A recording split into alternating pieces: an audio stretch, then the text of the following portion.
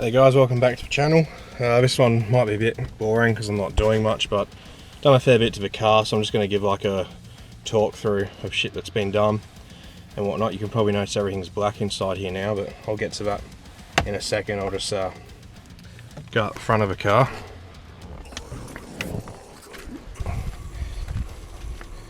Just cut the bonnet a bit, needs to be polished still, but just fix the headlights up. I'll cut to a bit that I filmed on my phone after I'd just done one side and the other hadn't been done.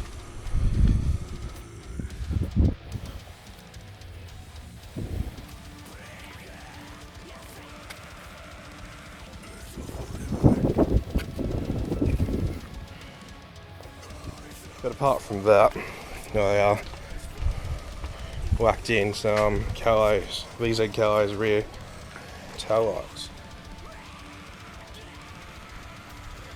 Ended up cutting the YSS bumper to fit. I actually bought a Calais bumper, which you can see just in here all mangled up. This is all remnants of the tyres from that Saturday night drift and whatnot. I hated the look of this bumper on the car, looked like shit.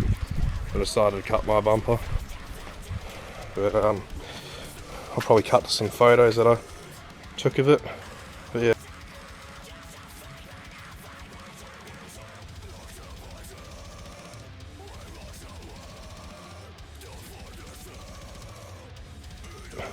But yeah, that's that there.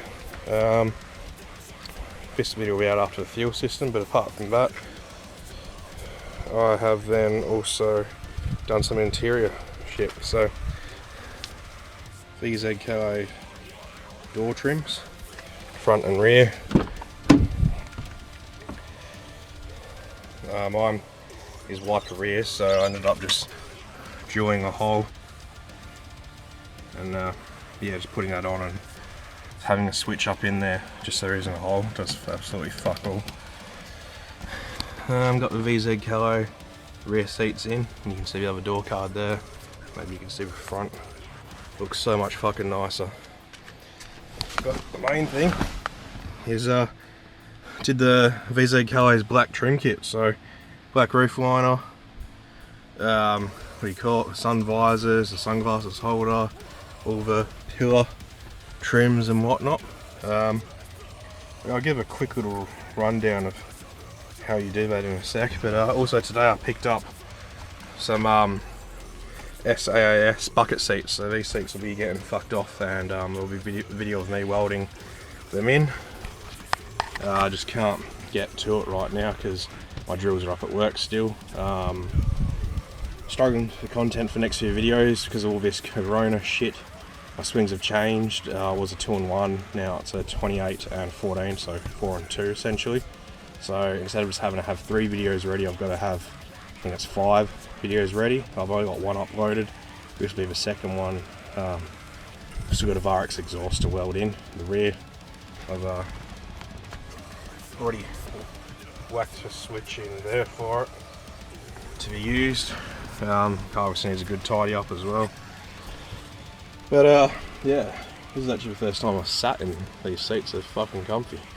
But yeah, I'll jump in the front and I'll give you guys a rundown of how you actually install all this shit, in case anyone's wondering, because I don't really see anything online about it. So for starters, I started off with these. Like, I hope you guys can see shit. This clips off. This here is just a single Torx screw. I forgot what size it is. It's pretty fucking small. And there's 2 here, and these come off. But this one's the same. That gets rid of your sun visors. Now this here has 2 screws. You probably can't see because it's dark. One there and one there, and then this kind of falls out and you just unplug it. That was really easy. These here, your little handles. Just under these little clips here, just used a flat blade to pop them in. There's just 2 Phillips head screws, so you just undo that. That one's the same. Yeah, then that's all the front part disassembled. And then as for these side pillars here, there's a little cap here. Pop that off, there's a Phillips head there. Then that's off. This here literally just pulls out, it's just clipped in. Then you got a screw there and a screw there holding this in. Once they're undone, this whole pillar comes out. Slide this through here, there is just a bolt down the bottom there, which I'll show you guys when I get to it. And then all this comes out. And once you do that, this bit here literally just unclips. I just grabbed it from around, well, it's probably from the back here, and started pulling it down and out, and then just kind of pulled it in and out of there. And the other side's the same. And then we'll jump in the back. Just grab any shit.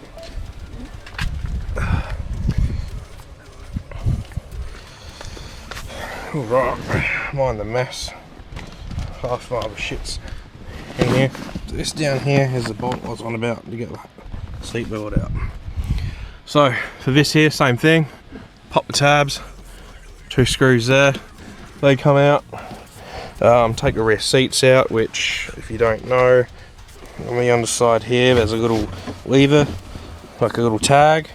Probably can't see that. You just take it, you pull that, pull the other side as well, and then the rear seat comes right out, the bottom section, and you're just left with the top part. So there's a bolt underneath here. You can see it once you get rid of this. I think it's just a 10, or I think it's 12 mil. Undo that, push it up, pops it in and out. Same for the side that I'm sitting on here. And this middle seat here, there's just, we're about there. There's about 2 12 mils there, 2 12 mils there, and that comes right out. It's a piece of piss. Then, yeah, then you can basically take this panel off here. Just once again, just unclips whole way. Just pull it out, and then just undo the seat belt right down the bottom here. There's a bolt you got to take out. Then the winder mechanism sits kind of about there. That's got like a 3/4 inch bolt. I think it is a 19, similar to that, but 3/4 inch. It's perfect for that. One there. There's one slightly up there, so you know it goes up, comes back down through the hole, so it's not reefing on this. That whole thing comes out. This is just clipped down again.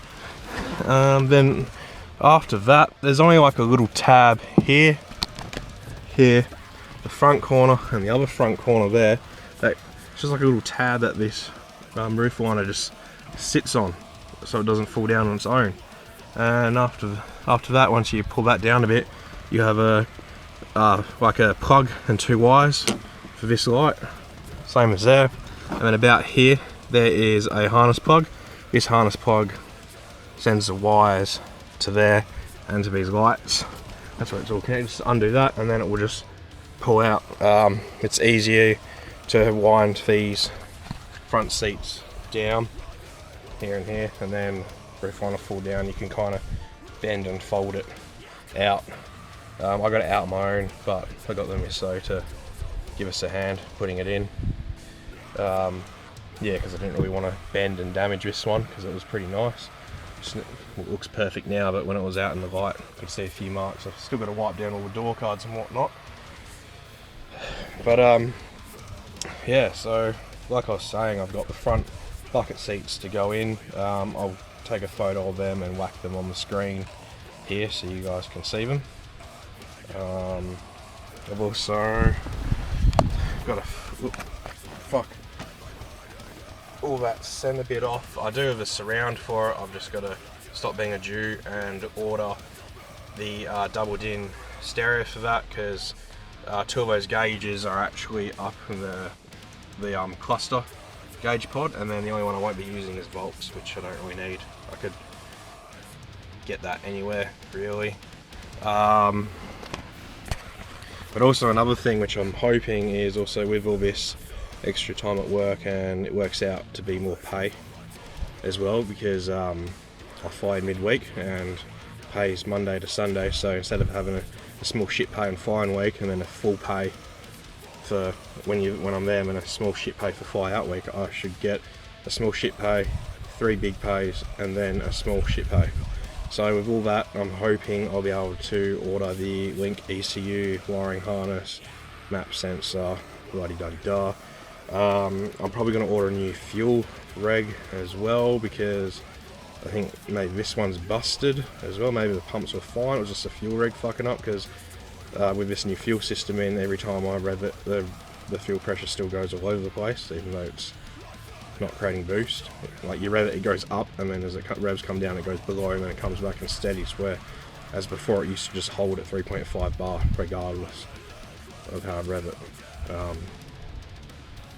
Yeah, so that's fucked, or I should check the fuel filter. Oh, another thing as well I did, which hopefully I can cut some rolling shots of the car with it on, but I mounted up some 275 wide ET Streets and 15 by 7 inch rims. The GoPro doesn't really do it justice, but it sits so fat, and now the car doesn't look too fucked with the big deep dish steelies on the front. But with everything shut, I won't even really get to use these for the meant to at the strip or roll racing.